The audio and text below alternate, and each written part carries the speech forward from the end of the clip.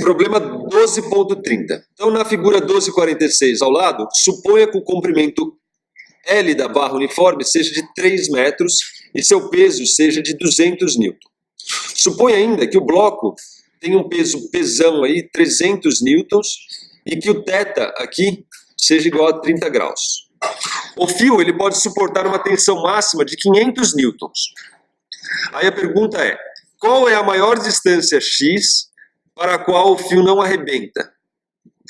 Com o bloco posicionado nesse valor máximo de x, quais são as componentes horizontal e vertical da força que a dobradiça exerce sobre a barra no ponto A? Então essa dobradiça aqui necessariamente exerce uma força sobre a barra exerce uma força sobre a dobradiça, e essa que é a pergunta aí que está sendo feita. Então, vamos lá. Como sempre, de praxe, analisar as forças que estão atuando sobre a minha barra, tá certo? Então, o objeto em questão aqui vai ser a barra, ela está em equilíbrio, então as forças resultantes em x, as forças resultantes em y e os torques têm que ser igual a zero, visto que essa é a condição para que a gente tenha o equilíbrio. Então, inicialmente, eu tenho uma tensão aqui, ó. Essa é uma força de tensão que está empurrando essa barra aqui contra a parede. Além disso, eu tenho esse peso aqui, ó. Esse cara aqui, esse bloquinho, insere uma força aqui nessa posição.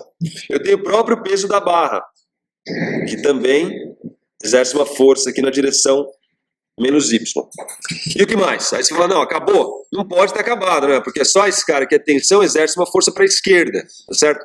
Então, necessariamente, aí precisa ter uma força que seja apontando para a direita, para cancelar essa, tá certo? Aonde está essa força? Está exatamente aqui na dobradiça, tá certo? O cara empurra a parede empurra de volta aqui a barra, tá certo? Tem uma força para a esquerda, então por uma repulsão aqui, não é uma força normal, e aparece então aqui a minha resultante, que é uma força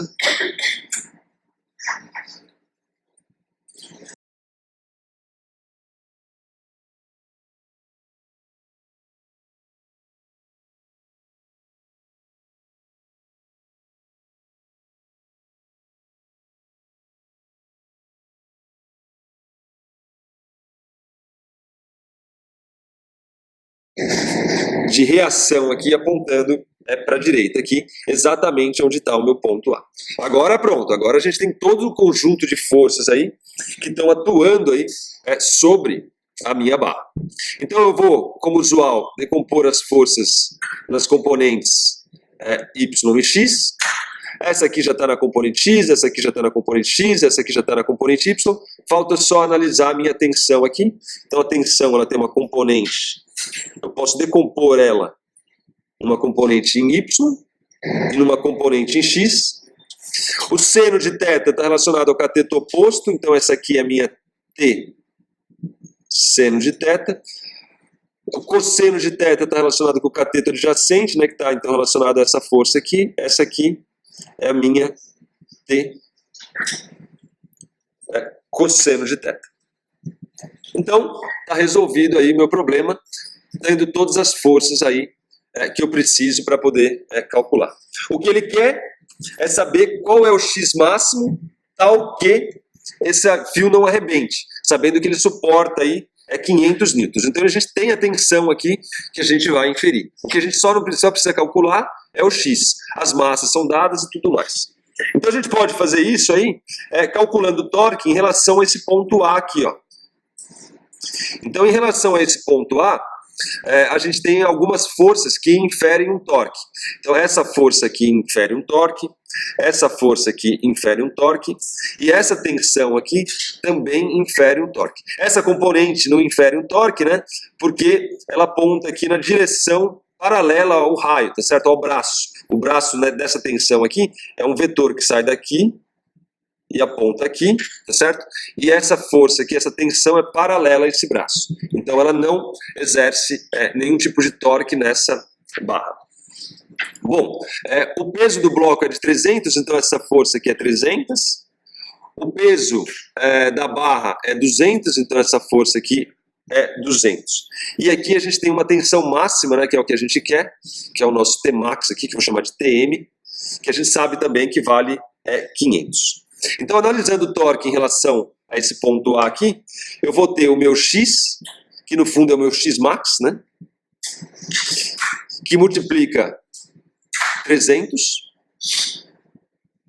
ou seja, é a força vezes o braço. Esse torque é positivo ou negativo, ele aponta tendendo a fazer o objeto rodar no sentido horário, então é um torque negativo. O peso da barra também exerce um torque, está no centro de massa, a barra é uniforme, tá vendo? É uniforme, então essa distância do braço é de L sobre 2, então a gente também tem um torque ali que é menos L sobre 2, que é o braço de alavanca vezes a força.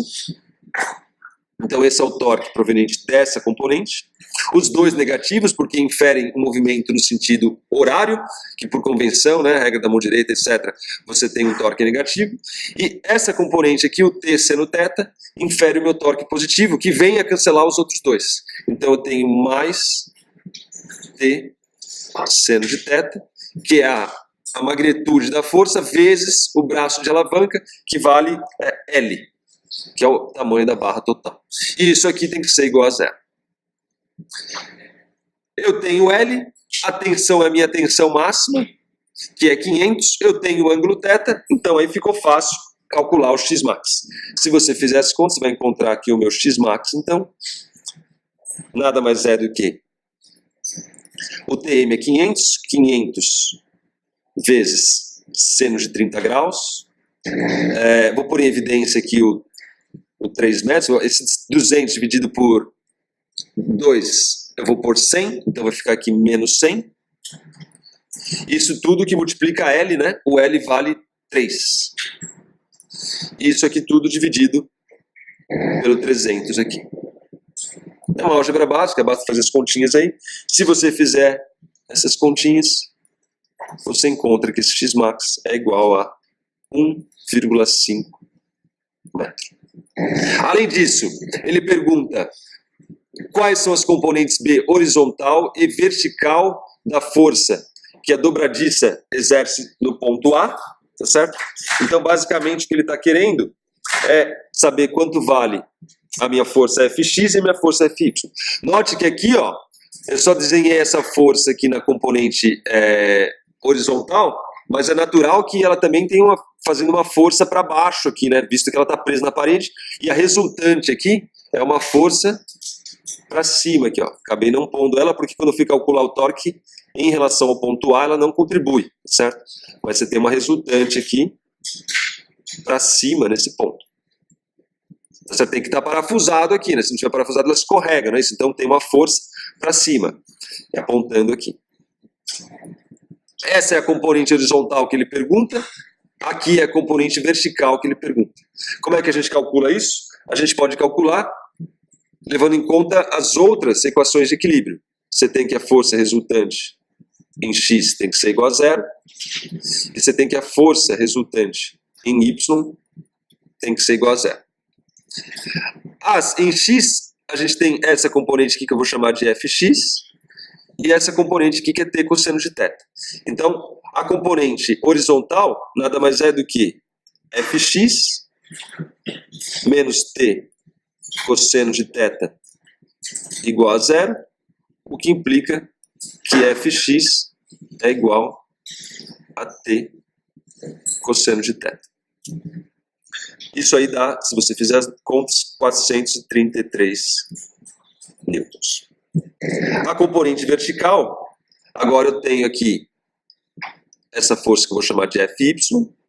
Além disso, eu tenho menos 300, menos 200 e mais t seno de θ. Isso tudo é igual a 0. Tá certo? O t aqui é o meu t max, né? Que ele está perguntando exatamente as forças na configuração onde o bloco está na posição máxima antes de romper. O t eu tenho 500, o seno de θ eu tenho, essas aqui dá menos 500. Se você fizer as contas aqui, álgebra pura, Fy, ela é igual então a 250 newtons. Então aqui só enfatizando essa força Fy aqui, né? Você tem uma força que empurra o objeto contra a parede, De qualquer maneira, você tem também uma força aqui que está sendo, devido a essa força peso aqui, né, e tudo mais, que está sendo empurrando a parede para baixo. Empurra a parede para baixo, a parede empurra o bloco para cima, tendo essa componente FY e essa componente FX.